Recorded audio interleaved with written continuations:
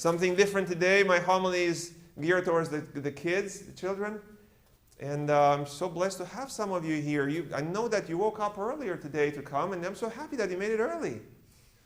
I'd like to hear from you. You know, when I have the homilies for the kids, I often ask you things, so make it more like a dialogue. But what made you be here so early? Why did you come so early? My text. Yeah. Oh, God. It's good to know my text. My text. And what did the text do? I was like, I should probably work in the altar because they didn't remember anything. So. You thought you wanted to work in the altar? Yeah. Beautiful.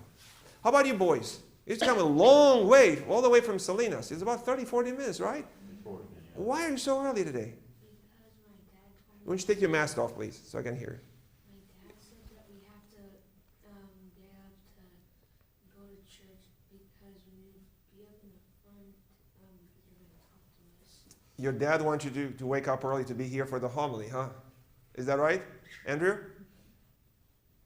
In agreement with that? Maram? You didn't have to serve in the altar. There's nothing you can do about that, but take your mask off so I can see you. Take your mask off, guys, kids.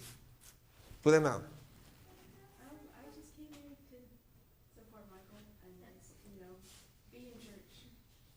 Okay. To be in church. Alexia, should I ask you too? You like to hear the answer. That by popular demand, why do you come so early? There's this thing called an alarm clock, and it rings in the morning. He wakes you up on Sunday morning? What time? I got woken up at like 8. 8 o'clock. That's not bad. 8 o'clock? It's good. It's good. Yeah, yes. Well, this is great. You know what? Today we have a special feast in the church. There's a theme for the Sunday. It's every single Sunday. And normally I bring out an icon of that feast and put it here on the analogion. This is called the analogion, you know. But this time I have 4 icons, right? 3. You're awake. Good. 3 icons. The question for you guys now is to test which one is the icon of the feast today. And we give the chance to the youngest today, and we promise the adults not to be embarrassed. We'll just stay with the first pew. We ask that you put your cell phones away right now and shut them off. Yes, please tell me. Which one do you think is the icon for the feast today? You know. Let's see, anybody else who would want to take a guess? Andrew. The third one. 1, 2, 3. This one here? Okay. Anybody else who have a different opinion? Michael. I think it's the middle one because it's so important that it would be in the middle. The important ones normally go in the middle. Yeah. That's a good point. Very good point. It's a guess. I'm right behind Michael. You're behind Michael. You're with him. Maram, which one is the feast of the day today? They all look so important. I think I'll also go with the middle. In the middle. And Alexia? First one. The first one. Why is that? Because you seem to stick out from the rest. The Myrrh-bearing women. The Myrrh-bearing women. Today is the Sunday of the Myrrh-bearing women. And what do we see here? The women coming to the tomb and the angel, just like we chanted, you know. But what do we see here too? In the center.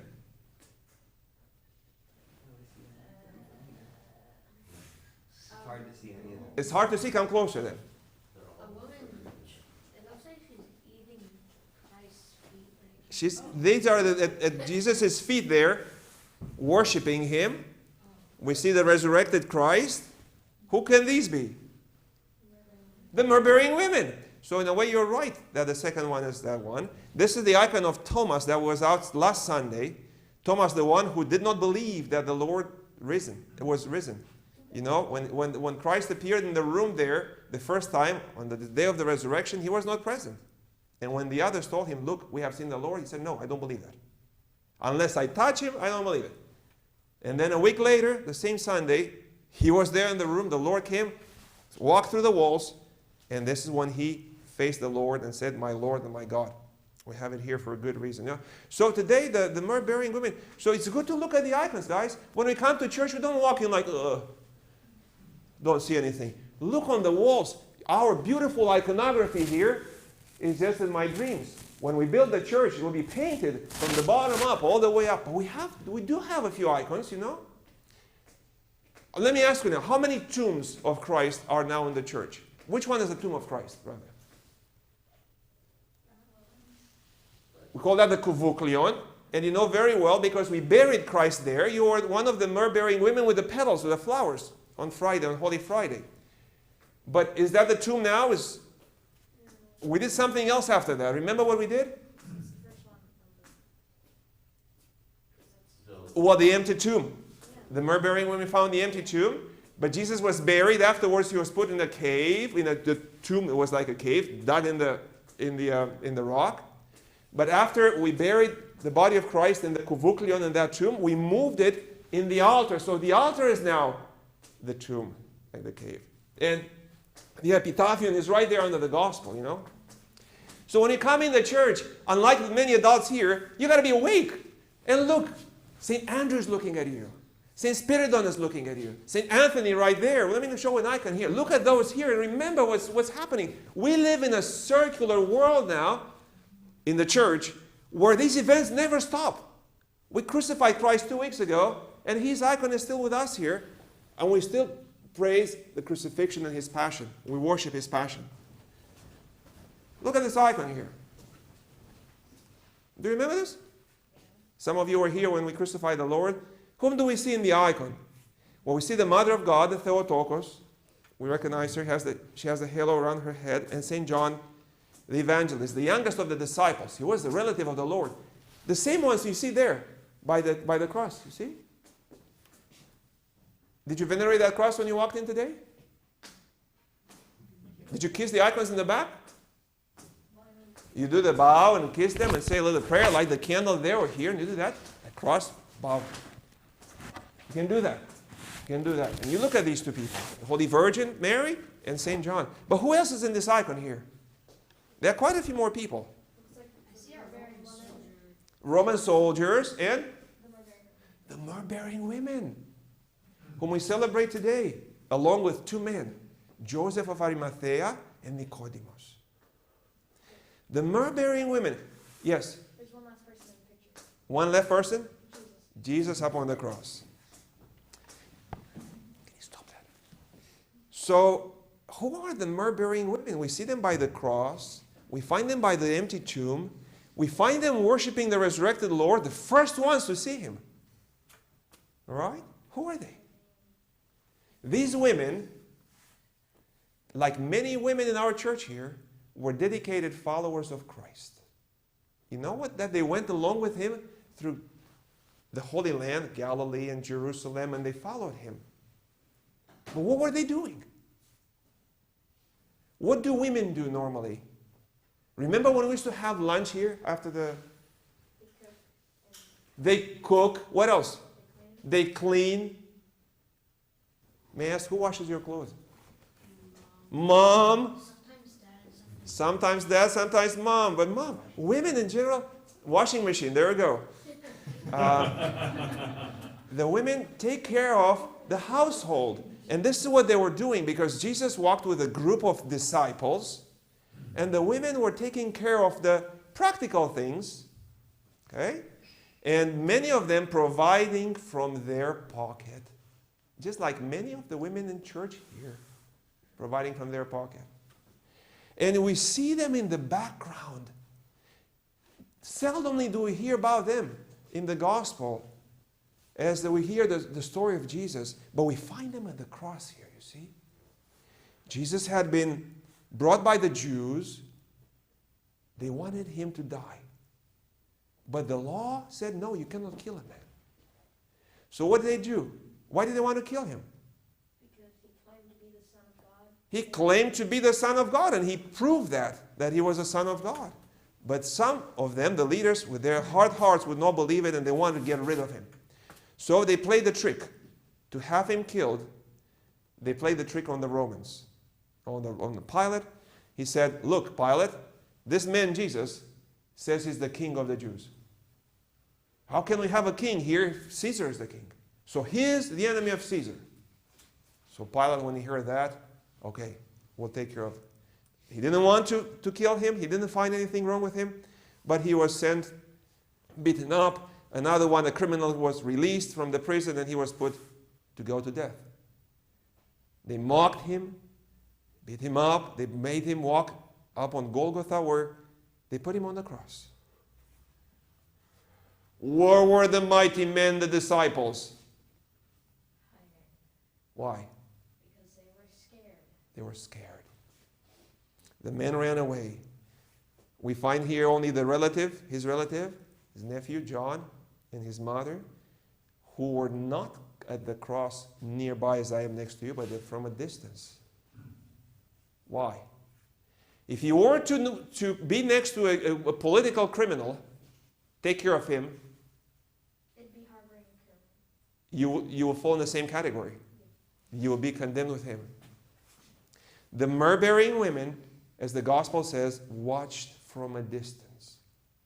That's why we see them here. What day of the week was this when the Lord was crucified? Friday. This is why Friday is a fasting day. We don't eat meat, eggs, milk, fish, yogurt, ice cream, pizza. And Wednesday, the same thing. We remember the crucifixion of the Lord. At what time was the Lord crucified? On Friday. Like the exact time? Around what time? Like the afternoon? Noon. At 6 hours. In the 3 o'clock, the 9th hour, he gave his spirit. Willingly, he gave his spirit on the cross. How do you feel? How do you think the women felt when they were around the cross there, when it got dark? Actually, before that, when they saw him suffering, the one whom they thought was the king of Israel, the teacher, the Virgin Mary, knew he was the Son of God. What do you think went through their hearts? Sadness. Sadness. What kind of sadness? Loss. I'm sorry? Loss. Loss. What else? They were just probably grieving. Grieving.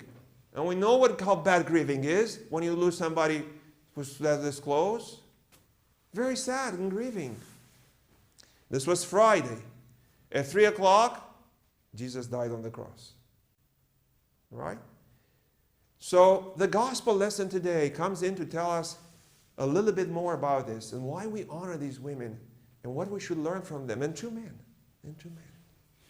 So coming too close to Jesus on the cross was dangerous for anybody, because they could have taken you along with him against the Caesar, and you were the next one to be going on the cross. So what happened now? Abandoned by all, criminal, crucified by the Romans, hanging on the cross. It was Friday before the Jewish Pascha, the Passover, when the Jews on that Saturday had to stay, don't do anything, observe the Passover. It was a big feast for them. The body was up on the cross. Now here's a man who has indeed guts. We say courage. You know what courage is? Courage doesn't mean that you don't have fear. Courage means that you do things even though you fear. We have military people here who went to war. I bet you there are some things in there that they feared. Joseph, a member of the council, of the Jewish council, was a pretty big guy, big cheese there, with authority, with position, with a role, esteemed. We find him amazingly becoming bold, with no reason, to go to Pilate and say pretty much, hey, I'm associating with this man, with the one on the cross. Can I take him down and bury him? He puts his neck on the rail. Great danger he gets in. Because Pilate could have said, what? You're with him? Cut him. He's the enemy of the people. So are you. He could have lost his position in the council. The Jews could have come to stone him. But he went for this. And finding out that Jesus was dead, Pilate granted him the body. What did he do? Joseph of Arimathea, with Nicodemus, took the body down, took money out of the pocket, credit card, went to the market, bought the linen cloth, wrapped him well, put in the aloe mix that is normally prepared by the Jews for the burial. It was so rushed because the feast was coming, night was coming, and they were switching into the next day, which was Sabbath. There was no time to anoint the body, but only to put this gluey aloe mix with a wrap to be attached to his body. So they wrapped him this way, okay, to prevent the decay, they thought. Wrapped him very well, and when the aloe, this mixture dries up, it's like super glue. You cannot remove the thing from the body anymore. And this is as much as they could do because there was no time to anoint the dead body of Jesus. This is a 10-point question. Did the body of Jesus need to be anointed? No. Why not? I don't know how to explain. Try it. I don't know the words. Maybe Andrew can help you. Did the body of Jesus need to be anointed? No. Ask help on this side. Why don't you help? Let's see. Okay. He did not, Take your mask off so I can hear you. he did not need to be anointed because he was already the Son of God. He was already a son of God, okay, but here was a dead body. It's a dead body. Anybody else? Maram. Alexia. He was going to rise in 2 days. He was going to rise anyway, so why bother? Adults. Did the body of Jesus need to be anointed? No, because it had been anointed already. By the woman who came and put myrrh and tears upon his feet. Depending on the gospel we read, it might have been Mary or the sinful woman. And the Lord said, don't condemn her that she uses the expensive myrrh on me. She does this for my burial. The poor you have at all times, but me you don't have. Not only this, but this woman will be remembered every time where the gospel will be proclaimed. So before his death, he was anointed. Yeah. So you see how God takes care of things? But the women now were there, observe this. He was buried, and then what did they do? They had to go to their homes and not to get out. This is what the law said. You cannot work on the Sabbath. What did Jesus do during this time? Big war over Hades, destroy death. Boom. A big explosion there. Life over death, light over darkness, explosion. So the Sabbath ends Saturday. It's the Sabbath in the evening. And Sunday is the 8th day for us, is the new day of the week, the first day of the week as they called it. That's what they count the weekdays. We find in the gospel lesson today another thing that doesn't quite make sense. We saw Joseph, how he went for a dead body to put his life at risk. And now we find the myrrh-bearing women coming to the tomb when? 3 days after. Louder, take your mask off. 3 days after. What day of the week? Wednesday. Wednesday. Sunday. Oh. The Sunday. After Sabbath. Sabbath is Saturday. This is what Sabbath means, Saturday. The next day is Sunday, which is today. And roughly what time of the day was that when they came there? I don't know. How morning? Very early in the morning. Very, very early. So they came equipped. They went, sometimes overnight, they went and bought the myrrh to anoint the Lord. The myrrh is an expensive oil mixed with spices, maybe imported from India or places like this, to put on the dead body so they will not smell out of love and respect for them, so they will not smell.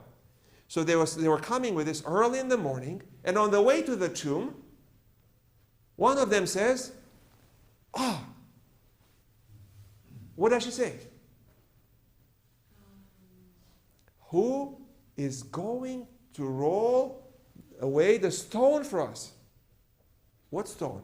The big one blocking the big one. Blocking the entrance of the tomb. The tomb, shown in the rock, had a round stone about this big and about this thick that rolled in front of the entrance there. So nobody will get in and you don't smell it, because the body decays. And they were going there, to do something impossible. Which is what? Move the stone. Not only that, but the tomb was guarded by the Roman soldiers. And if you weren't there, and you were in danger too. Or sealed. So the women go to do something that doesn't quite make sense. Quite impossible. But you know what they do? They go for it. They go for it early in the morning. So if we were to ask the women, why did you go to the tomb Sunday morning so early? What do you think they will answer? For sure, they will not say Father Jan texted us. Nikki. That's because they knew that Christ would arise again. They knew that Christ was risen. False. They did not believe, nobody believed that he can rise. They were coming with the myrrh to take care of a dead body. Thomas didn't believe it either. Nicodemus and Joseph knew exactly the dead body because they took it down from the cross and put it in the grave. Then who would believe that he would rise? Dead body. I think it's a logical decision. Mask off. It was the logical decision on their side. Why?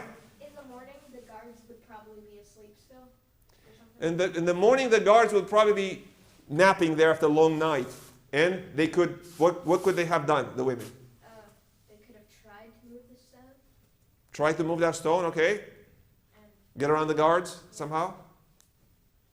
That could have been. Any other explanation here?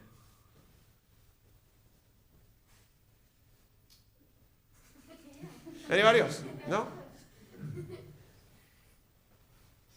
Well, I'll tell you why. Neither one of these flies too far. Because they love the Lord. that doesn't explain the time. They loved the Lord. Do you love anybody? Whom do you love the most? Name one or two. My mom and dad. Your mom and dad? God. Person. What person do you love the most? People. My parents and my brothers and my Your, my dad's sister. your family members? They're all equal. And Alexia? I will spare you this question. But do you do anything for them out of love? Yeah. Take your mask off and tell us. Maram said yes. I do the dishes when my mom's busy. Out of love for her? Yeah. She doesn't have to come tell you. Yeah. Okay, let's see who said, Andrew and Nikki, you said you love your parents and then the siblings. Do you do anything out of love for them?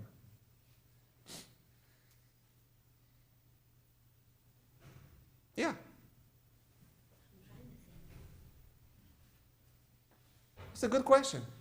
If we love somebody, do we do anything out of love for them? And here's the example. The myrrh-bearing women, not just with the knowledge of the mind, not just being like the disciples next to the Lord, they bring something only women have. Love from the heart. And when we love somebody, we're willing to put our life at risk for that person. Greater love doesn't exist for one, to love another person than to give your life for that person, the Lord says. This is why Joseph of Arimathea did not care about his status, about his position, about the Romans killing him, because he loved the Lord. And the myrrh-bearing women, as soon as they could go, it was physically possible, they took much of what they had, bought the expensive oil, and went to do something impossible. They were patient. And they put their faith in the dead Christ. These two people, three with Nicodemus, regardless of how difficult it is in their lives, in school, in relationships, with one another, with God, discouraged, faithless, doubtful, as Thomas here, here's another one, did not depart from God. You You see this? From Christ, alive or dead, they followed him by the cross. They came to the tomb because they loved him. This is how we show love for Christ. We are there with him. He's with us at all times, even when it's hard. And we don't let go of him. And my prayer today is that you, modeled by your parents, will find out how important it is to be in church early. It is at the matin service that the resurrection is proclaimed. Having beheld the resurrection of Christ, let us worship, sing this one, Christ. The resurrection at the tomb, be the first ones. Not because my mom is pushing me, not because the alarm is ringing, but because I love the Lord. And the other way around. If I'm not here early in the morning, I ought to ask myself, do I love the Lord? Am I like these women to serve him? The community where he is? With my own resources? And being there as close as I can be? Am I patient as Thomas? The first week he said, I don't believe this, but he didn't leave. He had ups and downs. He was sort of down now. Now God is not with me anymore. I'm done, guys. I don't come to church anymore. We hear this often. Oh, so-and-so was mean to me. I don't come to church anymore. But Thomas will face the reality of not believing anymore. But he did not leave God. He did not leave Christ. He did not leave the body. He came back with the apostles. And these are the two lessons that I'd like you to take today. Number one, no matter what happens in your life, how easy or how difficult it is, never abandon God. Have courage like Joseph of Arimathea and like the women. Have patience. Stay there although you don't feel his presence, like Thomas. That's a trial for you. And I know some of your parents with us here went through these trials big time. And we thank God that it's still here. And the other one is, be early. Be early because you desire to be like the myrrh-bearing women. You know what happened to them? They were there early in the morning. A miracle happened. The angel had moved the stone, not themselves. When we're early with that kind of love for the Lord, God moves the big stones, including the stone that shuts off our heart to love him. Including that. That's why we come early, because we cannot love him. And we push ourselves. And what else happens when you come in early? The great miracle, the tomb is empty. They were amazed. They were frightened. And then we come to the second icon here, where the Lord appeared to them and told them, do not fear. Rejoice. Rejoice. Joy. Joy. This is what happens when we wake up early and we're with the Lord, loving him. He gives us the joy. It could be over COVID. It could be over sickness. It could be over loss. We're called to be joyful people when we walk in the church, when we do anything else. So we're done. Two things to take home. Number one, you go tell your parents, with some exceptions, Mom and Dad, you ought to take me to church early. Matins is when we hear about the resurrection. We're people of the resurrection. We ought to be there. And the other one is, never lose God. Be with him no matter what. No matter what. How challenging things can be. And look, he can roll away any stone. All right? Deal? Christ is risen. Really